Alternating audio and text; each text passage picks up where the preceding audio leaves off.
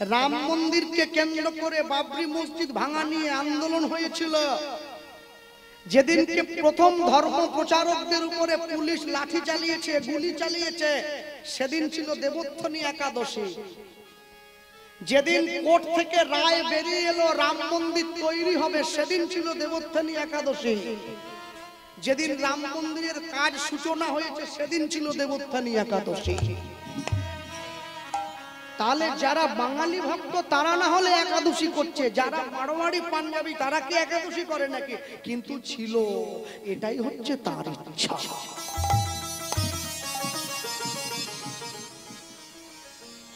এটাই তার ইচ্ছা। তার ইচ্ছা ছাড়া গাছের পাতা নড়ে না, সে বুঝিয়ে দিয়েছে আমাদের বারবার। যে বাড়ি ছেলে মেয়েরা পড়াশোনা করে, স্কুল কলেজ ইউনিভার্সিটিতে পড়ে, তারা বলে পৃথিবীতে নাকি শ্রেষ্ঠ ভালোবাসার নিদর্শন শাহজাহানের তাজমহল, যেটা মমতাজকে ভালোবেসে তৈরি করেছে শাহজাহান। কে বলেছে এই বাজে কথা? পৃথিবীতে শ্রেষ্ঠ প্রেমের নিদর্শন তাজমহল নয়, পৃথিবীতে শ্রেষ্ঠ প্রেমের নিদর্শন হচ্ছে রাম সেতু। ভগবানের প্রেম দেখে বনের পশু তারা সেতু বানিয়ে দিয়েছে, যাতে প্রভু আর মাকে ছেড়ে আলাদা না থাকে। মনে রাখবে, সব সময়ের জন্য কোনদিন, যেদিনকে প্রথম এই পৃথিবীর মাটিতে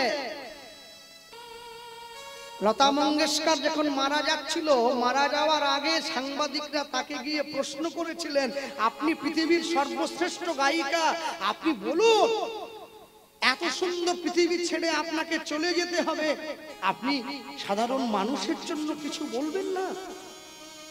মনে রাখবেন, গরিবের বাড়িতে যদি কোনো ধনী লোক আত্মীয় হয়ে আসে, গরিব মানুষটা খুশি হয়, আহা এত বড় লোক আমার বাড়িতে এসেছে।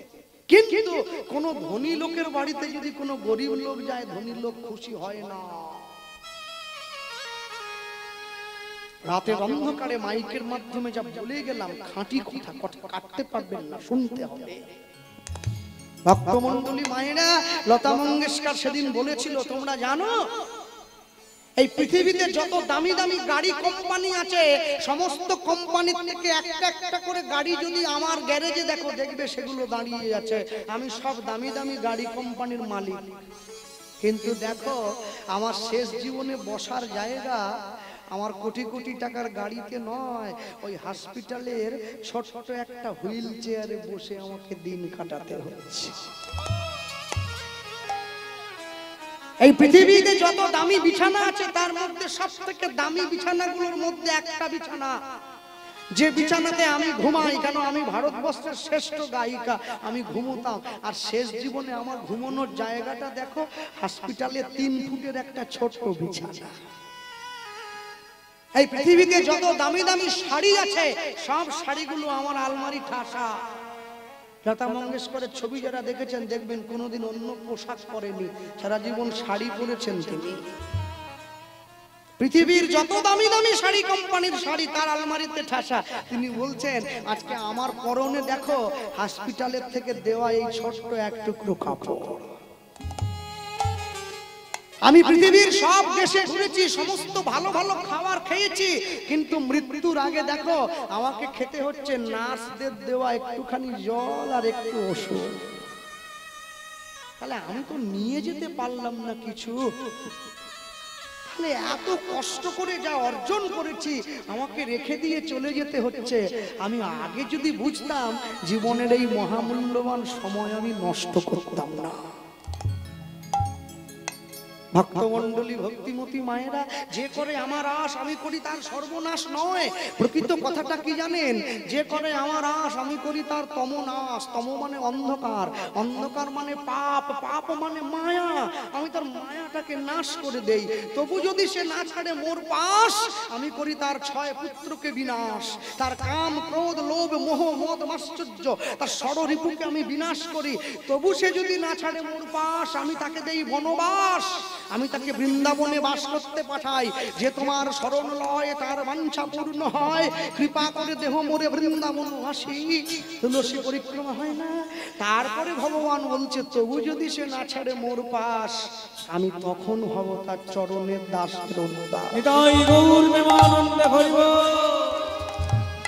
হ্যাঁ দেখুন, আজকে ইউটিউবের প্রচারের জন্য নয়, যে দুটো চ্যানেল এসেছে, একটা সোনার গৌর আর একটা ভক্ত আনন্দ, এটা যেখানে কীর্তন হয় আমায় বলে আমরা কি যাবো দাদা? আমি কোনো কোনো জায়গায় ডাকি, কোনো কোনো জায়গায় ডাকি না কেন, ইউটিউব নিয়ে একটা গন্ডগোল হয়েছিল বলে আমি আসলে ইউটিউব এক প্রকার বন্ধ রেখেছি এখন, কিন্তু এদের নাম বলতে পারি না কেন বলুন? এই যে চ্যানেলটা করেছে, এই চ্যানেল থেকে পয়সা রোজগার হচ্ছে কি না হচ্ছে, কত টাকা হচ্ছে আমি তো জানি না, কেন আমি তো ও হিসাবটা বলতে পারবো না। তবে দেখুন কত সুন্দর নামটা দিয়েছে, দিয়েছে ভক্ত আনন্দ। আমাদের চ্যানেলে, এই চ্যানেলে কোনো ড্যান্স হাঙ্গামা অর্কেস্ট্রা ছাড়া হয় না, ভক্ত যাতে আনন্দ পাবে, আনন্দের বার্তাটা ভক্তের মধ্যে পৌঁছে দেওয়া হয়, আনন্দের মেসেজটা ভক্তের মধ্যে পৌঁছে দেওয়া হয়, তাই চ্যানেলটার নাম ভক্ত আনন্দ। তাহলে যে ভক্তকে আনন্দ দিচ্ছে, যে শ্রোতাকে আনন্দ দেয়, ভক্তকে আনন্দ দেয়, তার চ্যানেল কি পড়ে থাকে নাকি? সেটা তো উঠে উপরের দিকে উঠবে। মনে রাখবেন, কখনো কোনো দিনের জন্য জন্মিলে মরিতে হবে, অমরকে কোথা কবে। জন্মেছেন যখন মানুষ হয়ে, প্রকৃত কর্মটা করে যান মানুষের মতো। ভক্তমণ্ডলী, ভক্তিমতী মায়েরা, মাধব দাসের বাবার ভিক্ষার পুটুলিটা হাত থেকে ছিটকে পড়েছে, ভগবান পরীক্ষার বোঝাটা বাড়িয়ে দিচ্ছে, দেখি তুমি আমায় কত ভালোবাসো। যে ছেলেটা কোনোদিন মায়ের কাছে গিয়ে খাওয়ার জন্য বায়না করে না, আজকে সেই ছেলেটা মাকে গিয়ে বলছে, মা আমার বড্ড ক্ষুধা পেয়েছে, একটু খেতে দাও না মা। মা বলছে, বাবা ঘরে তো কিছু নেই, তোর বাবা ভিক্ষা করে এলেই আমি রান্না করে প্রভুকে সেবা দিয়েই তোকে দেবো, কিন্তু মা আমার যে আজকে ভীষণ ক্ষুধা পেয়েছে। যেই বলছে, ছেলেকে বোঝাবার জন্য মা কি করলো জানো? ভগবানের কাছে গিয়ে হাত জোড়ো করে চাইছে, প্রভু তুমি আমায় গাড়ি বাড়ি টাকা পয়সা দাওনি, এর জন্য আমার দুঃখ নেই, আমার দুঃখ কিসে জানো? আমি তো মা, ছেলের মুখে এক মুঠো খাবার তুলে দিতে তুমি পারলে না। হ্যাঁ, আমি তো মা হয়েছি, আমি মা হয়ে যদি ছেলেকে এক মুঠো খাবার তুলে দিতে না পারি, তাহলে আমি মা হয়ে আমার জীবনের সার্থকতা কোথায়? মায়ের মনে কষ্ট, মায়ের মনে দুঃখ। ভক্তমণ্ডলী, ভক্তিমতী মায়েরা, মা কি করলো? ছেলেকে বোঝাবার জন্যে উনুনের উপরে একটা হাঁড়ি দিয়ে তাতে নুড়ি পাথর দিয়ে দিয়েছে, হাঁড়িতে জল দিয়ে নিচে আগুন জ্বালিয়ে ছেলেটাকে দেখাচ্ছে, খোকা ওই দেখ অন্ন হচ্ছে। নুড়ি পাথর কোনোদিন সেদ্ধ হয় না। মায়ের কোলে শুয়ে ছেলে ক্ষুধায় জ্বালায় কাঁদতে কাঁদতে ঘুমিয়ে পড়ল। গভীর রাত্রিতে পাড়ার লোকেরা মায়ের বাড়ির দরজার সামনে এসে ডাকছে, ব্রাহ্মণী দরজা খোলো। ব্রাহ্মণী ছুটে গিয়ে দরজাটা খুলে দিয়েছে। দরজাটা যখন খুলে দিয়েছে, পাড়ার লোকেরা একটা মৃতদেহ কাঁধ থেকে নামিয়ে মাটিতে রেখেছে। আজকে ঝড় জলের দিনে ভিক্ষা করে ফিরে আসার সময় তোমার স্বামী পথের মধ্যে বাজ পড়ে মারা গেল। দয়া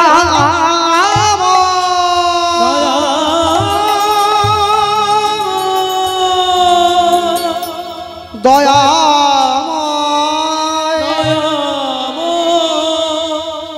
দয়াময় দয়া ওনে বাপে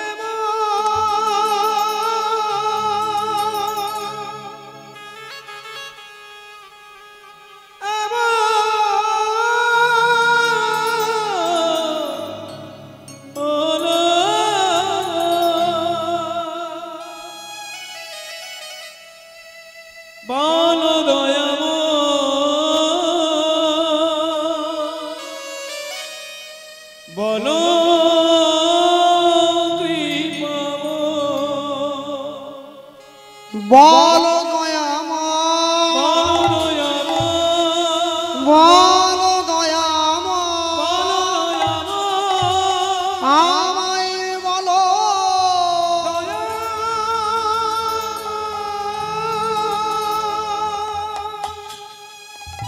ছুটে গিয়ে ভগবানের চরণে আছাড় খেয়ে পড়েছে, আমি কোনোদিন তোমার সেবা ত্রুটি করিনি, আমি কোনোদিন তোমায় কষ্ট দেইনি, তবে কেন আমার জীবনের শেষ অবলম্বন তুমি আমার কাছ থেকে কেড়ে নিলে? ছোট্ট ছেলেটা ছুটে এসে মায়ের চোখের জলটা মুছিয়ে দিয়ে বলছে, মা তুই কেঁদো না, আমি তো তোমার ছেলে, তুমি কাঁদছো কেন? বাবা চলে গেছে তো কি হয়েছে, আমি তো আছি তোমার সঙ্গে। সন্তানের প্রথম কর্তব্য কি জানেন? সন্তানের প্রথম কর্তব্য হচ্ছে বাবা মায়ের চোখের জল মুছিয়ে দেওয়া। যতই যাও না মন্দির মসজিদ, যতই যাও না তীর্থস্থান, বাবা মাকে না বাসিলে ভালো পাবে না কোনোদিন ভগবান। ভক্তমণ্ডলী, ভক্তিমতী মায়েরা, ভগবান ভক্তের দুঃখ কষ্ট যন্ত্রণা আর সহ্য করতে পারল না।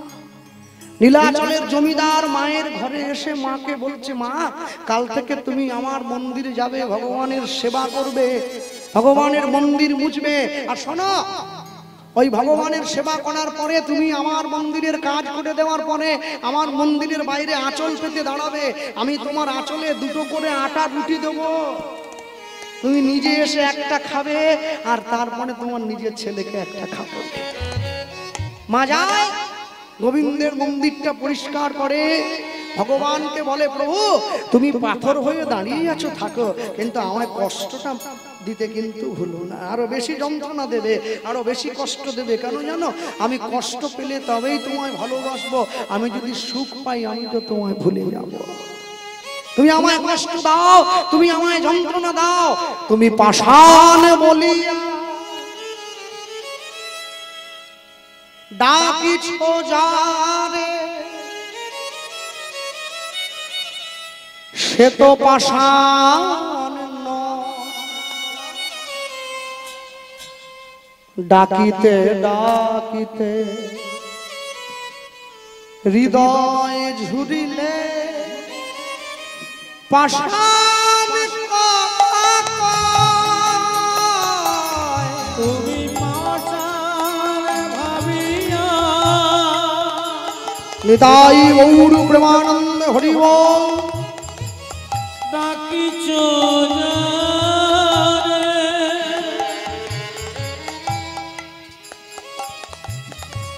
সে তো পাষাণ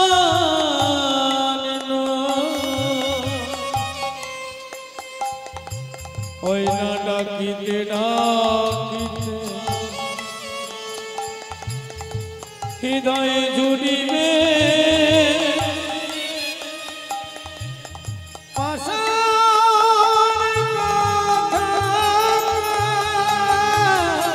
পাষাণ ভাবে ডাকিছ যারে, সে তো পাষাণ নয়। ডাকিতে ডাকিতে হৃদয় ঝুরিলে পাষাণ কথা কয়। পাষাণ ভাবিয়া ডাকিছ যারে, সে তো পাষাণ নয়। ডাকিতে ডাকিতে হৃদয় জুড়িবে পাষাণ কথা কয়। আমি পাষাণ নই, আমি পাষাণ নই, আমি পাষাণ নই, আমি পাষাণ নই, আমি পাষাণ নই, আমি পাষাণ নই, আমি পাষাণ নই, আমি পাষাণ নই। কি রূপে তোমায় পুজিব বলো, কি আছে মোর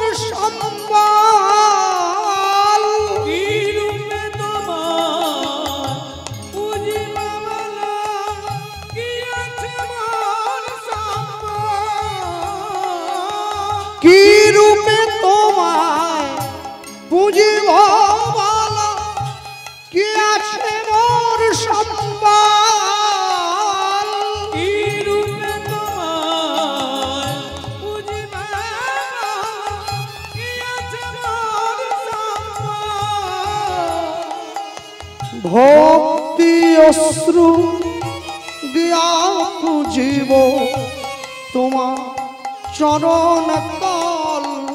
ওইলা ভক্তি অশ্রু দিয়া তোমার পুজিব চরণ তল। আমি পাষাণ ভাবিয়া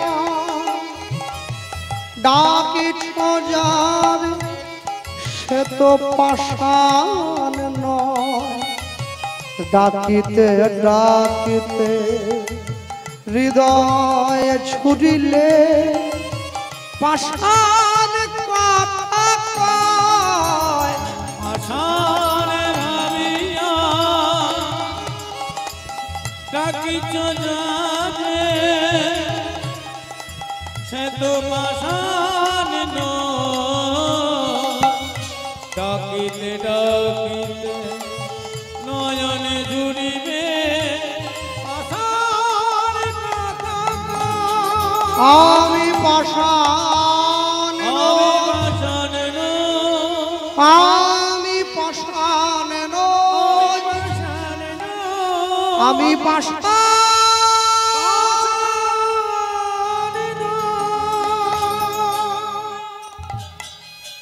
আঁচলটা পেতে দিয়েছি। জমিদার মশাই, এই দেখো, এই যে আপনার মন্দির মুছে দিয়েছি, ঠাকুরকে মালা পরিয়েছি, ফুল দিয়ে সাজিয়ে। আমার রুটিটা, আমার ছেলে বসে আছে, আমার ছেলে। জমিদার মশাই ডাক দিয়ে বলছে, কালকে থেকে তোমার দায়িত্ব একটু বেড়ে গেল ব্রাহ্মণী। কেন?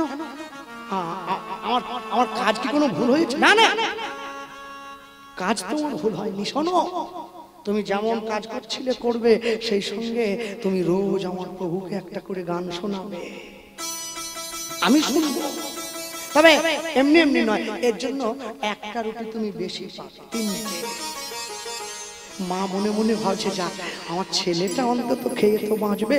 আঁচলটা যেই পেতে দিয়েছে, ভগবানের সহ্য হয়নি। আঁচলে রুটিটা ছুঁড়ে দেওয়া মাত্র 2টো রুটি মায়ের আঁচলে না পড়ে রাস্তায় গিয়ে পড়ল।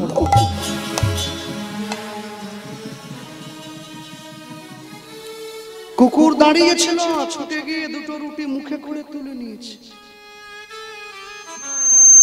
মা গিয়ে জিজ্ঞাসা করছে ছুটে গিয়ে, তুমি একটা রুটি নাও, একটা রুটি আমায় দাও।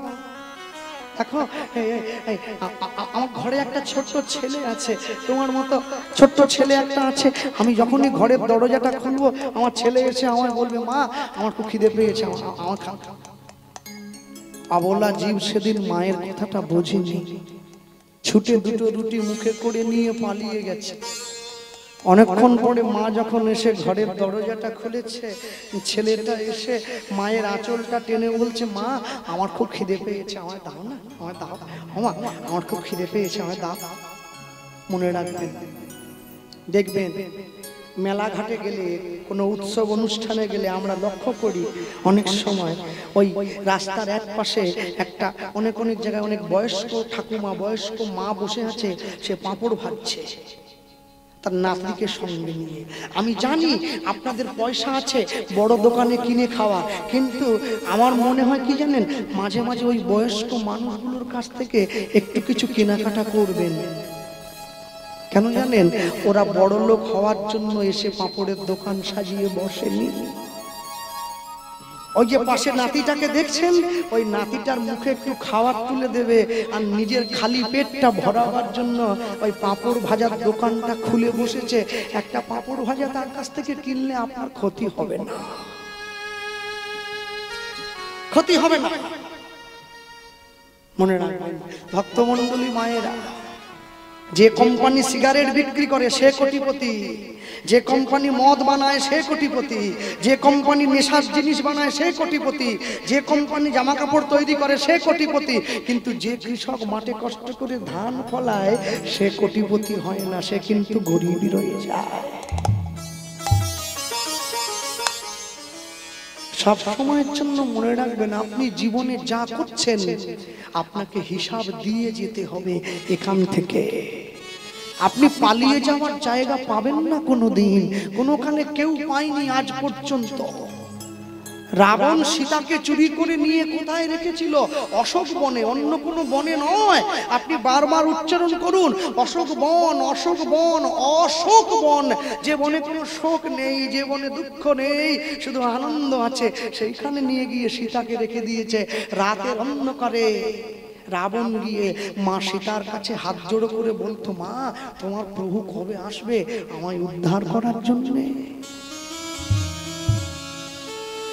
আমি এমনি এমনি তোমায় চুরি করে আনিনি, তোমায় হরণ করেছি কেন জানো? যাতে আমি রামের চরণ পেতে পারি। ভগবানকে ভালোবাসা এত সহজ নয়। একটা তিলক দিয়েছি, একটা মালা দিয়েছি, ধুতি পরেছি, হাতে জপের মালা নিয়ে ভক্ত হয়ে গেল? মামা বাড়ির আবদার নাকি? এখন বাজারে বেরিয়েছে, আমেরিকার থেকে একটা সংস্থা এসেছে, ISKCON, international society for Krishna consciousness, আন্তর্জাতিক কৃষ্ণ ভাবনামৃত সংঘ। আর তাদের সঙ্গে পড়ে আমাদের বাঙালি ছেলে মেয়েগুলো ওরা একটু আধুনিক হচ্ছে। একটা লাল ডোরাকাটা গেঞ্জি, একটা এই পর্যন্ত 14 মুন্ডা না 15 মুন্ডা প্যান্ট, বুঝলেন, আর গলায় মোটা মালা, এই বড় শিখাটা একবারে, হাতে জবের মালা আছে। এইবারে সেই মালা নিয়ে শুক্রবার দিন মাথা নিয়ে বাজারে চলে গেছে, দিয়ে এইভাবে এখানে মালা ধরা আছে, আর এরম এই আঙুলটা বাইরে থাকে না মালা করলে, এই 20 আঙুলটা এরম বাড়িয়ে দিয়েছে। কিরে আলু কত করে রে, কিরে পটল কত করে, কিরে এই চাল কুমড়ো কত করে। একবারও বুঝলো না যে মালা জপ কাউকে দেখিয়ে করতে নেই, ওটা গোপনের ব্যাপার। কে বোঝাবে এদের? সদ্গুরু চরণাশ্রয় হয় না, আবেগে নিয়ে নিয়েছে। আমাদের বাড়ির মা বোনেরা তো গিয়ে ইসকনে একবার লম্বা তিলক করে, একবার গোপী ড্রেস করে, এইদিকে ঘুরে একবার, এইদিকে ঘুরে, এইদিকে ঘুরে, বিরাট একটা যেন পিছনে যেন পেয়ে গেছে। এত সোজা না, ভক্ত হওয়া বড় শক্ত। পণ্ডিত রইল বসে, গাছের ফল গাছে রইল, বৃন্দ পড়েছে খসে। তুমি চাইলেই পেতে পারো না, তুমি চাইবে হাতের সামনে এসে তুলে দেবে। তোমায় কে বলেছে কথা? আর সব থেকে বড় দুঃখ কি জানেন? আমেরিকার থেকে যারা এসেছে ওরা তো আমাদের মতো করে হরে কৃষ্ণ উচ্চারণ করতে পারে না, বলে হরে কৃষ্ণ হরে কৃষ্ণ। কি করে বলবে? ও বাংলা বলতে জানে না। কিন্তু কষ্ট হয় তখন ওদের দেখা দেখি কিছু বাঙালি ভক্ত নকল করেছে হরে কৃষ্ণ হরি বল। আরে ওরা বলতে পারে না বলে ভেঙচি কাটছে, তুই তো পারিস, তুই কেন ভেঙচি কাটছিস? তুই হরে কৃষ্ণ বল না। আর যারা নিশিপ্রহর অষ্টম প্রহর কীর্তন করে, এর নামের দলগুলো এই ভঙ্গি শুরু করেছে, হরে কৃষ্ণ হরে কৃষ্ণ। আর হরে কৃষ্ণ কি? হরে কৃষ্ণ।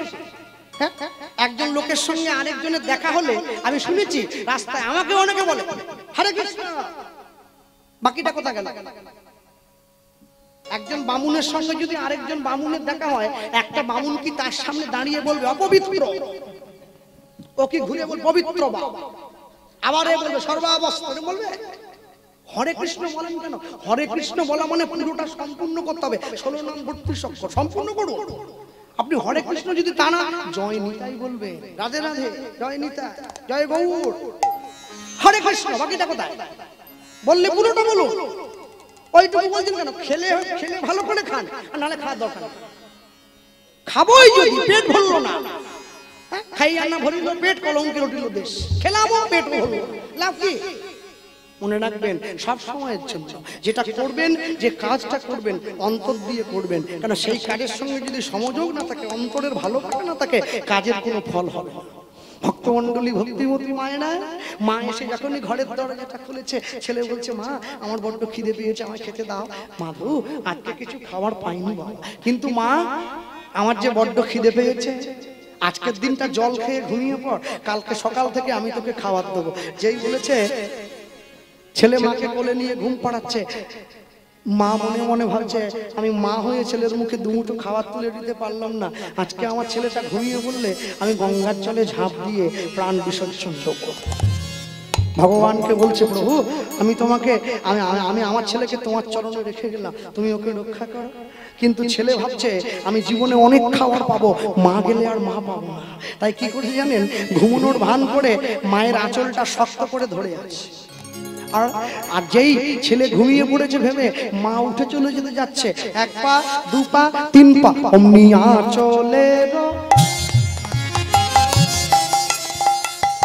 আঁচলের টানে মাধু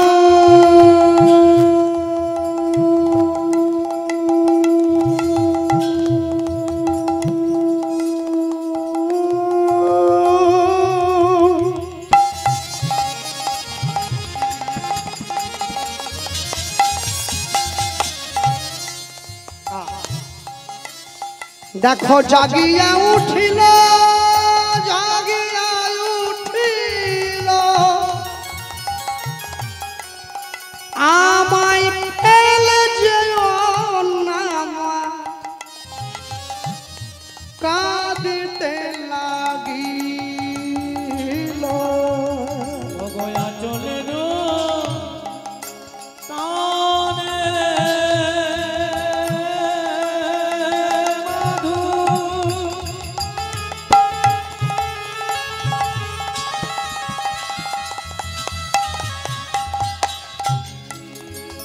ওগো জাগিয়া উঠিল,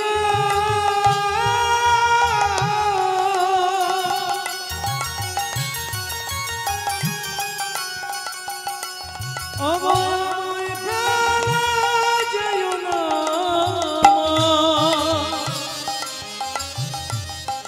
ওই না কাঁদিতে লাগিল।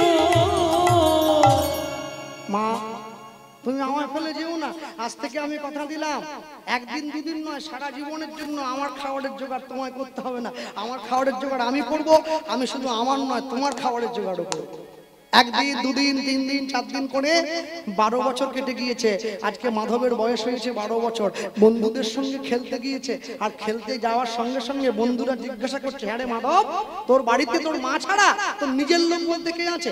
যেই এ কথা বলেছে সঙ্গে সঙ্গে ছেলেটা বলে উঠছে, শোনো, আমার বাড়িতে আমার মা ছাড়া কে আছে আমি তো জানি না, মাকে গিয়ে জিজ্ঞাসা করি। মাকে গিয়ে ছেলে জিজ্ঞাসা করছে, মা তুমি ছাড়া আমার জীবনে আমার আপনজন বলতে কে আছে? আসতে আপনজনকে বৌমা না, বৌমা হবে কি করে? সব সময় ঝগড়া, শাশুড়ি আর বউ সব সময় 24 ঘন্টা। ছেলে যখনই অফিস যায় মা ফোন করে বলে, তোর বউ আমাকে টিকতে দিচ্ছে নি, আজকে তুই ঘরে ফিরলে আমি কাশি চলে যাবো। আর মা ফোন কাটার সঙ্গে সঙ্গে বউয়ের ফোন ঢুকেছে, তুমি এসো, আজই আমি ব্যাগ গুছিয়ে বাপের বাড়ি চলে যাবো। ছেলে সন্ধ্যেবেলা ঘরে ফিরে মা আর বৌমাকে নিয়ে নিজে মাঝখানে বসেছে, এবার দুজনের হাতটা ধরেছে, ধরে বলছে, মা আর শোনো, আমি তোমাকেও বলছি, নিজের স্ত্রীকেও পর্যন্ত বলছে, আমি একটা কথা বলবো কি? বলে বলো না। আচ্ছা মা, তুমি যে আমাকে বড় করেছো, ছেলে মাকে বলছে, তুমি যে আমাকে বড় করেছো, মানুষ করেছো, আমার মুখে মা ডাক শোনার জন্য তুমি কতদিন কষ্ট করেছো? মা বলছে, তোকে 10 মাস 10 দিন পেটে রেখেছি, এরপর তুই জন্ম নিয়েছিস, তোকে বুকের স্তনদুগ্ধ পান করিয়েছি, কোলে করেছি, কত কষ্ট সহ্য করেছি, যন্ত্রণা সহ্য করেছি, সবকিছু সহ্য করে যখন তোর 3 থেকে 4 বছর বয়স হলো, তখন তুই আমাকে মা মা বলে ডাক, তাই তো? তাহলে ওদিকে 4 বছর, এদিকে জন্মটিতে 1 বছর, 5 বছর। ছেলে বলছে, মা তুমি আমার মুখে মা ডাক শুনতে 5 বছর অপেক্ষা করেছো, বলো তো, যে মেয়েটাকে তুমি হাতে ধরে ঘরে এনেছো, তার মুখে মা ডাক শুনতে তোমাকে কতদিন অপেক্ষা করতে হয়েছে? তুমি যাকে হাতে ধরে ঘরে আনলে, তোমার বৌমা, তার জন্য তুমি কত কষ্ট করেছো? বলে কিছুই করিনি। বলে সে কি তোমার মা ডাকে না? বলে ডাকে। তাহলে কষ্ট পাচ্ছ কেন? ওটা তোমার মেয়েরই মতো, ও ভুল করলে শিখিয়ে নেবে। মনে রাখবেন ভক্তমণ্ডলী, ভক্তিমতী মায়েরা, মাধু সোজা গিয়ে মাকে বলছে, মা তুমি ছাড়া আমার জীবনে আমার আপনজন কে আছে? মা কি করলো? ছেলের হাত ধরে সোজা ঠাকুর ঘরে নিয়ে গেছে, নিয়ে গিয়ে কি বলছে জানেন? আপনজনকে, ওই দেখো, ঈশ্বর পরম কৃষ্ণ সচ্চিদানন্দ বিগ্রহ অনাদিরাদি গোবিন্দ সর্বকারণের কারণম